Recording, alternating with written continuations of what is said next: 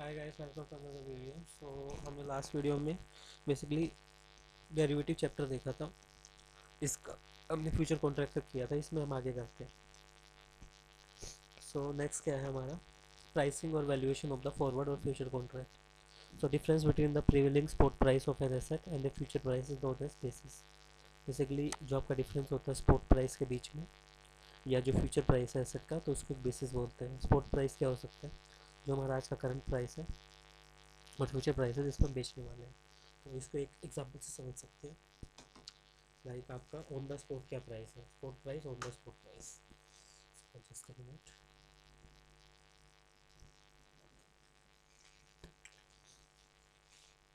Spot price अगर देखते हैं इसमें, ये अगर आप ये देखो, स्पॉट प्राइस है मेरा 52 रुपये और मेरा फ्यूचर प्राइस है 54 रुपये। 2 रुपये क्या मेरे इसमें बेसिस है, इसके बेसिस पे मैं आगे फ्यूचर में ट्रेड करना चाहता हूँ। In the normal price, in the normal market, the spot price is less than the future price. Basically spot price आपका कम होता है फ्यूचर प्राइस से नॉर्मल मार्केट में, which include the full cost of the carry. Accordingly the basics should be negative. तो basis होगा आपका negative आ जाएगा इसमें, यहाँ पे नेगेटिव आया हुआ है, तो आपका बेसिस क्या होगा इसमें, नेगेटिव आ जाएगा। In such a market in which basis is decided solely by the cost to carry, known as contango market. So basically आप ये भी बोल सकते हैं कि such a market in which basis is decided solely by the cost of carry. Basically कुछ markets होते हैं जिसमें जो बेसिस डिसाइड किया जाता है कॉस्ट ऑफ कैरी के बेसिस पे होता है। लाइक कितने पे हम कैरी करेंगे, उसको कॉन्टेंगो मार्केट बोलते हैं। कॉन्टेंगो मार्केट लाइक आप कितना प्राइस कैरी कर सकते हो। लाइक आपकी इसमें क्या होगा, कॉस्ट क्या होगी अगर फ्यूचर में डील करो, तो वो चीज़ आप मान सकते हो। बेसिस आपका पॉजिटिव और नेगेटिव दोनों हो सकते हैं। बेसिस कैन बी पॉजिटिव कब हो सकता है, जब आपका जो स्पॉट प्राइस होगा ना वो एक्सीड हो गया फ्यूचर प्राइस से। लाइक जो आपका स्पॉट प्राइस है वो एक्सीड होगा फ्यूचर प्राइस से, if only there are the factors other than the cost. इसके बेसिकली इसमें कुछ फैक्टर्स होते हैं other than cost of carry के, जो इन्फ्लुएंस करते हैं फ्यूचर प्राइसेस को। ये बेसिकली हो भी सकता है, इन केस दिस हैपन्स, ये हो भी सकता है। Basis become positive and the market under such circumstances इस टर्म एज बैकवर्ड मार्केटेशन। अगर बेसिस आपके पॉजिटिव होते हैं तो इस केस में आपकी मार्केट को क्या बोल दिया जाएगा कि ये है आपकी बैकवर्डेशन मार्केट और द इन्वर्टेड मार्केट। इसको कैसे मान सकते हैं आप, अगर ये बेसिकली आपका वाइस वर्सा होता, इसी तरह कि 54 माइनस 52 होता, सो बेसिस आता आपका पॉजिटिव 2। तो ये क्या है, अब आगे की आपकी इन्वर्टेड और बैकवर्डेशन मार्केट, इन्वर्टेड और बैकवर्डेशन मार्केट। तो इसको आप ये चीज़ बोल सकते हो। तो ये क्या आपकी इन्वर्टेड है और बैकवर्डेशन मार्केट है। Basis will approach zero toward the expiry of the contract. Basis आपका जीरो भी हो सकता है कॉन्ट्रैक्ट की एक्सपायरी पे। लाइक आप इसको ये मान सकते हो, basis will approach zero toward the expiry of the contract. Basis आपका जीरो भी हो सकता है एक्सपायरी ऑफ कॉन्ट्रैक्ट के टाइम पे। जो स्पॉट और फ्यूचर प्राइसेस हैं वो डेट ऑफ एक्सपायरी के टाइम पे कॉन्टेंट अप्रोच इसके टाइम पे काम करते हैं। The process of the basis approaching the zero is called convergence. जो आपकी प्रोसेस है अप्रोच कर रही है जीरो को, जीरो बेसिस पे, तो उसको कन्वर्जेंस बोल सकते हैं। नेक्स्ट है the relationship between the future price and the cash price. जो आपका रिलेशनशिप है फ्यूचर प्राइस के बीच में कैश प्राइस में डिटरमाइन किया जाता है कॉस्ट टू कैरी के बेसिस पे। और there might be factor other than cost to carry, factors भी हो सकते हैं other than cost to carry. Basically specially future stock futures हो सकते हैं जिसमें काफ़ी सारे फैक्टर्स हैं और रिटर्न्स हैं जिसके हिसाब से डिविडेंड आपका को कैरिंग कॉस्ट इन्फ्लुएंस करते हैं अपने रिलेशनशिप को। तो इसी के बेसिस पे सारी चीज़ें निकाली जाती हैं। जो फ्यूचर प्राइस और स्पॉट प्राइस है, लाइक जो आपका फ्यूचर प्राइस है spot price plus carrying cost, जो आपकी स्पॉट प्राइस थी ये आपकी कैरिंग कॉस्ट थी 2 रुपये, और जितना आपको रिटर्न मिल रहा है तो उससे आपका फ्यूचर प्राइस निकलता है। एग्जाम्पल के लिए देख लेते हैं। प्राइस है एसीसी स्टॉक का 31 दिसंबर 2010 को 220 रुपये। फ्यूचर प्राइस था आपका सेम स्टॉक का सेम डेट पे 31 मार्च 2011 को 230 रुपये। तो other feature contract related terms आज फॉलोज। अदर फीचर क्या कॉन्ट्रैक्ट की, जो टाइम टू एक्सपायरेशन है 3 मंथ है, इसलिए 3 महीने में क्या होगा, एक्सपायर हो गए। और जो बोरिंग रेट है वो 15% के हिसाब से है। एनुअल डिविडेंड है स्टॉक का 25% पेबल है 31/11 के तहत। और जो फेस वैल्यू है स्टॉक की वो 10 रुपये है। Based on the above information, in information के बेसिस पर जो फ्यूचर प्राइस है एसीसी स्टॉक का 31 दिसंबर क्या हो सकता है। स्पॉट प्राइस 220 रुपये। उसके बाद हमने यहाँ पे कॉस्ट टू कैरी निकाल दिया 220 के हिसाब से 15% की बोरोइंग रेट पे आधा 3 महीने के लिए कितने में हम कैरी करेंगे, वो चीज़ निकाल दी। और उसमें से माइनस कर दिया मैंने रिटर्न कितना आ रहा है, डिविडेंड कितना मिल रहा है। देख लेते हैं और फॉर्मूले को इलेबोरेट करके यहाँ पर। तो ये क्या हो गया, सबसे पहले स्पॉट स्पॉट प्राइस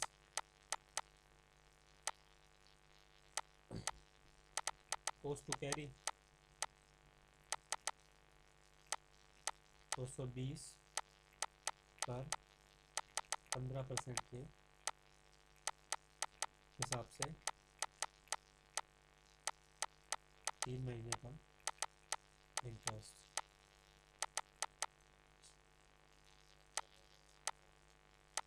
डिविडेंड कितना मिलेगा। तो ये सारी चीज़ें हैं बेसिकली डिपेंड करती हैं। Cost to carry criteria, the future price is 225.75 which is less than the actual price of the 230। Basically cost to carry criteria कैसे काम करता है, जो फ्यूचर प्राइस होता है 22575 है, जो लेस देन है आपके एक्चुअल प्राइस ऑफ 230 से 31 मार्च 2011 पे। और ये आपको बेसिकली आर्बिट्राज अपॉर्चुनिटीज देता है। और कॉन्स्टेंटली दो प्राइसेस आपके कन्वर्स के हिसाब से बढ़ते और घटते रहते हैं। How will the arbitrage act, कैसे आर्बिट्राज काम करता है। जो एसीसी स्टॉक्स है 220 पे buy borrowing the amount 15% for 3 month at the same time sell the March 31 future stock buy 31 March, dividend is 2.5 per share. Expiry date 31 March है और AC stock against the March future contract के अंदर काम करते हैं। सो cell proceeds थी मार्च 2011 में 230, dividend था 2.5 रुपये के हिसाब से, तो 232 हो गया। पे बैक किया बैंक को 220 रुपये। और जो कॉस्ट ऑफ बोरिंग थी यहाँ पे, ये था मेरा cost of boring is the interest, यहाँ पे जितना मैं पे कर रहा हूँ। भाई आप यहाँ पे इंटरेस्ट ले लीजिए कितना है, तो ये था मेरा इंटरेस्ट।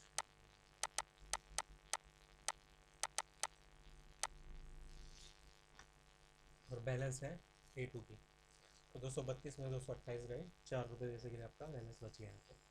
तो ये आर्बिट्राज ने 4 रुपये कमाए बिना किसी शेयर को, बेसिकली बिना किसी शेयर का रिस्क लिए, तो ये चीज़ हो सकती है। फॉरवर्ड कॉन्ट्रैक्ट होते हैं, कॉस्ट टू कैरी है बेसिकली एक इंटरेस्ट कॉस्ट है। और सिंपल एग्जांपल्स ले जाते हैं फिक्स डिपॉजिट्स के हिसाब से बैंक में। अगर 100 रुपये डिपॉजिट किए एक बैंक में, एक रेट ऑफ इंटरेस्ट है 10% की है, और जो 110 तक जा सकते हैं 1 साल के बाद। अगर एनुअल कंपाउंडिंग के हिसाब से आप देखोगे तो जो आपकी अमाउंट है 121 रुपये हो जाएगी 2 साल के बाद। और जबकि फॉरवर्ड प्राइस है फिक्स का डिपॉजिट का 100 रुपये के हिसाब से, तो 110 हो जाएगा 1 साल के बाद और 121 हो जाएगा 2 साल के बाद। तो ये सारी चीज़ें बेसिकली डिपेंड करती है टाइम पर कि आप कैसे काम कर रहे हो। In terms of the annual compounding, basically आप एनुअल कंपाउंडिंग के टर्म्स भी देखोगे तो फॉरवर्ड प्राइसेस होते हैं आपके कंप्यूटर होते हैं इस फॉर्मूला के थ्रू, P1 + R/100/R। तो ये बेसिकली होता है कि ए टर्मिनल वैल्यू है इसकी, जो पी है इन्वेस्टेड है रेट ऑफ इंटरेस्ट के हिसाब से 10 साल में। तो ये बेसिकली फॉर्मूला लगता है इसका। फॉर्मूला देख लेते हैं। 3 मंथ के लिए मैच्योरिटी फॉरवर्ड कॉन्ट्रैक्ट का है बेसिकली, और जो स्टॉक है आपका 200 रुपये पे अवेलेबल है। और जो आपकी कंपाउंडिंग है अभी, ये हम देखें तो आपकी कंपाउंडिंग बेसिकली यहाँ पे कैश इनकम सिक्योरिटी डिविडेंड के हिसाब से काम करती है, और जो पी है प्रेजेंट वैल्यू है टेन्योर ऑफ द अमाउंट के हिसाब से। तो 200 को ई 0.25 और 0.10 से करके निकाल सकते कंपाउंड। इसी तरह 4 मंथ की है हमारे। तो ये सारी चीज़ें ऐसे काम करती हैं। कोरिलेशन क्या होता है? For the contract of the same maturity, एक सेम मैच्योरिटी का कॉन्ट्रैक्ट है, forward and the future contract tended to have the same value subject to the interest rate remain fixed. Future और फॉरवर्ड कॉन्ट्रैक्ट की same value होती है, क्योंकि basically interest rate आपका fix रहता है, और जो इंटरेस्ट अगर फ्लूट रहेगा तो value of the future contract differ करेगी आपकी फॉरवर्ड कॉन्ट्रैक्ट के हिसाब से। और जो कैश फ्लो जनरेट हो रहा है मार्किंग टू मार्केट और फॉर्मेट के हिसाब से अवेलेबल होगा री इन्वेस्टमेंट करने के लिए। जो मार्केट इंट्रैक्शन आपकी ट्रांजेक्शन कॉस्ट है, टैक्सेस है, एसेट्स इनवेलिजिबिलिटी है, फ्यूचर प्राइसेस है, वो बेसिकली फॉरवर्ड प्राइसेस के हिसाब से देखे जाते हैं, और सेफली अज्यूम कर सकते हैं कि दो प्राइसेस परफेक्टली प्रैक्टिकली सेम है यहाँ।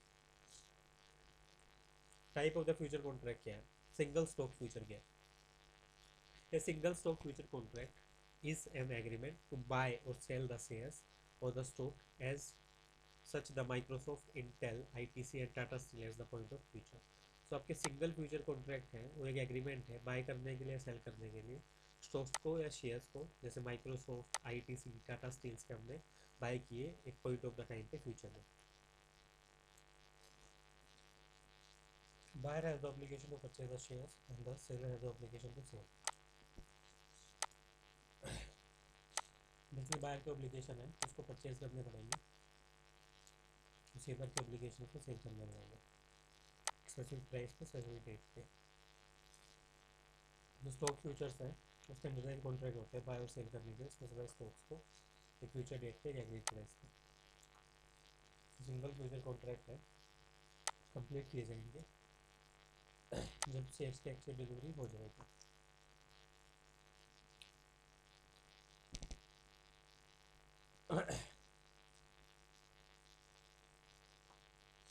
जो टर्म्स ऑफ द कॉन्ट्रैक्ट है for the delivery of the stocks by the seller eight the same time specified in the future.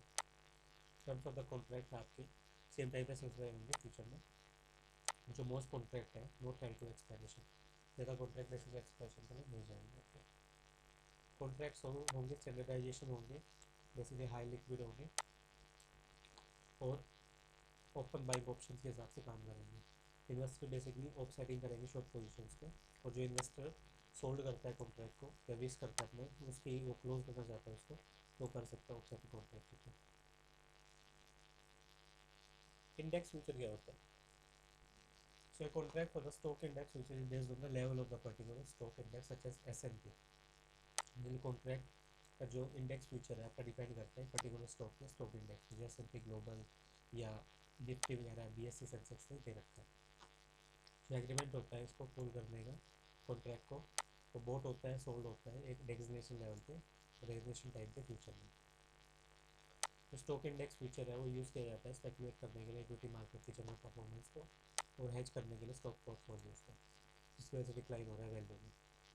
जो कम्युनिटी फ्यूचर है, इंडिविजुअल स्टॉक्स है, वो बेसिकली बेस्ड नहीं होता टेंजिबल गुड्स पे, सारी की सारी सेटलमेंट्स हैं कैश में हो जाती हैं।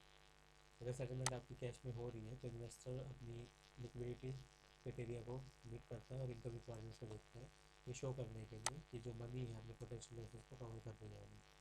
जो स्टॉक इंडेक्स मार्केट ट्रेडेड होते हैं जैसे नंबर ऑफ कॉन्ट्रैक्ट के हिसाब से, हर कॉन्ट्रैक्ट बाय करता है और सेल करता है fix value of the index का। जो value of the index define की जाती है as a value of the index multiplied by the social monetary items. In the Nifty 50 future contract traded in the National Stock Exchange, the contract specification states basically Nifty 50 में आपके contract trade किए जाते हैं national stock exchange में, और एक contract की 50 units होती है जिसकी निफ्टी वैल्यू होती है, और into value of the Nifty. अगर आप एज्यूम करोगे निफ्टी 50 8,000 पे कोट कर रहा है और value of the one contract 4 lakh रुपये है, क्योंकि 50 से 8,000 को मल्टीप्लाई कर देते हैं। कॉन्ट्रैक्ट साइज 50 यूनिट्स का होता है निफ्टी 50 में, जो फिक्स किया जाता है नेशनल स्टॉक एक्सचेंज के द्वारा। जैसे current value of the index आपका 1400, डिविडेंड के लिए 6%, CRI 10%। तो आपका जो value of the 3 month forward convert करेगा 4114। तो आज की वीडियो के लिए इतना देखते हैं, आगे देखेंगे नेक्स्ट वीडियो।